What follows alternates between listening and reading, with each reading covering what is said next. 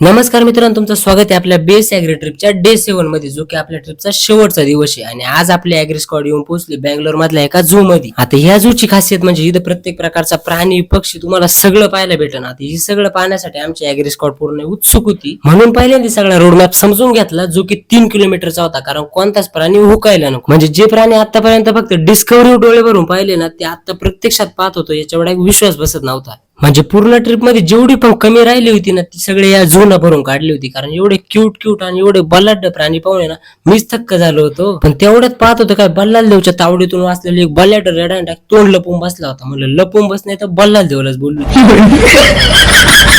मग फायनली सगळे प्राणी पाहून झाल्यावर आम्ही आलो सापांचं शिक्षण पाहिलं. आणि तेवढ्यात माझ्यापेक्षा पण मोठा असणार अजगर दिसला. म्हणलं पळा आता, नाही तर पळता थोडी व्हायची. मग फायनली पूर्ण झू फिरल्यानंतर म्हणलं चला आता अभ्यासाचं नॉलेज घेऊ. त्याच्यामुळे एक एक करून अशा 2-4 युनिव्हर्सिटी कव्हर केल्या आणि अभ्यास सोडून सगळं नॉलेज घेतलं. हे सगळं आवरलं. आमच्या ट्रिपचं एकच लोकेशन राहिलं होतं, ते म्हणजे इस्कॉन टेम्पल, जे की बँगलोर मध्ये एकदम सिटीत आहे. आणि हा उरलेला स्पॉट कव्हर झाला, आम्ही येऊन पोहोचलो बँगलोरच्या रेल्वे स्टेशन. आणि अशा प्रकारे आमच्या ट्रिपचा द एंड झाला. खरं तर या ट्रिपला एवढ्या मेमरीज दिल्यात ना, ज्या की तुम्ही आपल्या सिरीजच्या मागच्या व्हिडिओ मध्ये पाहिल्याच असतील. जर नसतील पाहिलं तर नक्की जाऊन पहा. पण खरं तर या पोरांबरोबर 10 दिवस कसे निघून गेले हे मला समजलं नाही. अशा प्रकारे आपल्या सिरीजचा द एंड झाला. तर ही सिरीज तुम्हाला कशी वाटली कमेंट करून नक्की सांगायचंय. आणि याच्या व्यतिरिक्त आपण आपली ट्रिप आहे ना युट्यूबच्या व्हिडिओ मध्ये डिटेल मध्ये एक्सप्लोर केली. ते जर तुम्हाला पाहिजे असेल तर नक्कीच आपल्या बायोतल्या लिंक वर जाऊन आपले युट्यूबचे व्हिडिओ पहा, तिथं पण सबस्क्राईब करा. आणि आपल्या इन्स्टा पेजला पण फॉलो करायला विसरायचं नाही, कारण याच्यानंतर पण आपले धमाकेदार व्हिडिओ येणार आहेत.